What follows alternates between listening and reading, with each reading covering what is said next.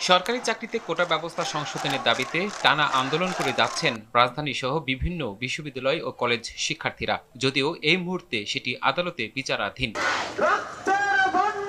তবে আন্দোলনকারীদের দাবি রায় বাস্তবায়নে সরাসরি সরকারের হস্তক্ষেপ। এ বিষয়ে আওয়ামী লীগ সভাপতি ধানমন্ডির রাজনৈতিক কার্যালয়ে দলের সাধারণ সম্পাদক বলেন, আদালতের বিচারাধীন বিষয়ের বিরুদ্ধে আন্দোলন সংবিধান বিরোধী। কোটা বিরোধী আন্দোলনকারীদের দাবিও অনেক বক্তব্য আমাদের সংবিধানের রাষ্ট্র পরিচালনার মূলনীতি বিরোধী। উচ্চ আদালতের নির্দেশ না পবিত্র সংবিধানের আলোকেই কেবলমাত্র বাস্তবায়িত। এরপরেও আন্দোলনের মাধ্যমে বিশৃঙ্খলা সৃষ্টি করলে আইন তার আপন গতিতে চলবে বলে সতর্ক করেন ওবায়দুল কাদের।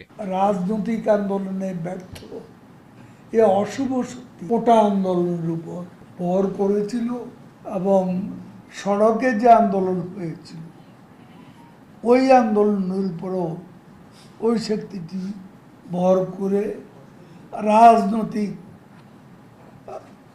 রূপ দেওয়ার ষড়যন্ত্র করেছে। এদিকে ঢাকা জেলা আওয়ামী লীগ কার্যালয়ে সমসাময়িক বিষয়ে সংবাদ সম্মেলনে কোটা আন্দোলন নিয়ে কথা বলেন তথ্য ও সম্প্রচার প্রতিমন্ত্রী।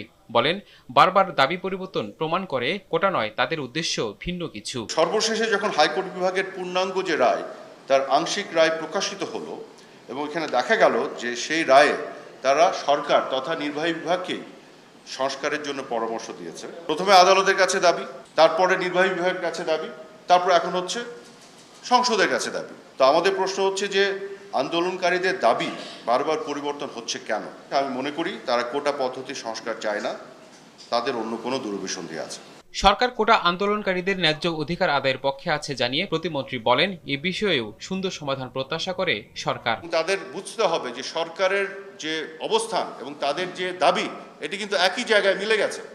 তারাও সরকারি পরিপত্র পুনর্বহাল চেয়েছে, সরকারও সেটার জন্য আইনি লড়াই করছে। মারুফ রেজা, RTV, ঢাকা।